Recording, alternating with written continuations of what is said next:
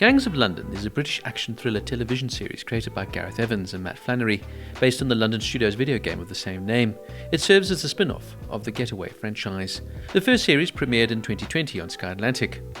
In June 2020, it was renewed for a second series, with AMC taking over US broadcast rights and co-producing, and Corin Hardy taking over as showrunner. The second series premiered on the 20th of October 2022 in the UK and the 17th of November 2022 in the United States. Then in November, it was renewed for a third series that premiered on the 20th of March 2025 in the United Kingdom.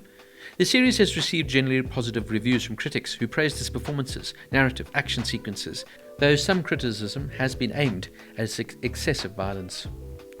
There was almost a 3-year gap between Season 2 and Season 3 airing on television. And Season 3 picks up now with Elliot Carter, played by Soapy DeRisso, taking on his new role as a top-level criminal after infiltrating the powerful Wallace family's criminal organisation.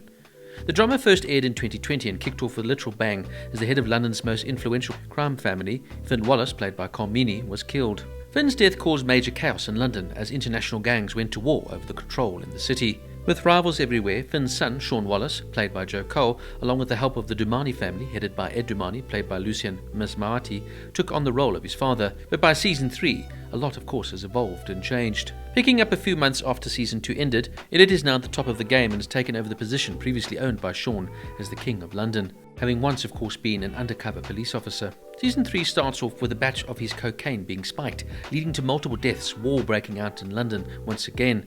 And when Elliot is confronted with the blast from the past, he must now turn to the now incarcerated Sean for help. This season also introduces new characters, including a politically ambitious mayor, played by Tiana Miller, and a mysterious hitman, portrayed by Andrew Koji. Look, Gangs of London is a high-octane action sequence thriller that does have engaging plot twists.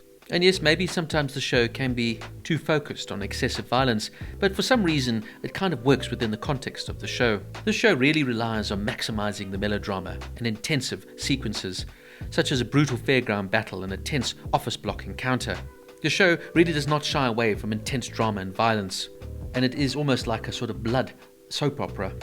I mean, who will ever forget the episode where Lale now of course gives birth while on the run and kills one of her chasers with her own umbilical cord. Sometimes maybe the show does jump the shark, as it were, but it always brings it back with some fantastic grounded storytelling as well. There are complete edge-of-your-seat moments that will keep you engaged, all the while biting your nails. Though I did find the season didn't really do a good enough job of reminding us what happened in Season 2, which of course did air some years ago, so I needed some reminders of what happened.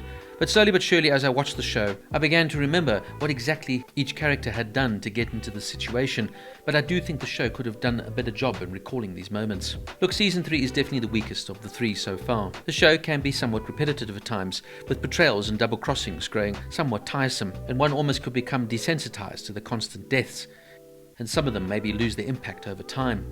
But for me, the show always keeps me engaged. The dramatic action sequences and fantastic twists and wonderful production value really add to the show's depth, as do the performances from each of the cast members. No, this is not award-winning acting, but it is good intensive acting, and the characters are well developed, interesting, fascinating, nuanced and layered, that they do keep you interested and keep you engaged in their storylines. This is a show that will offer a thrilling ride for viewers who appreciate high-stakes drama, elaborate action sequences, thrilling stories, and nerve-wracking edge-of-your-seat moments. While not the best of the 3-season run, Gangs of London Season 3 still provides you with a thrilling, entertaining ride. Gangs of London Season 3 gets an 8.5 out of 10.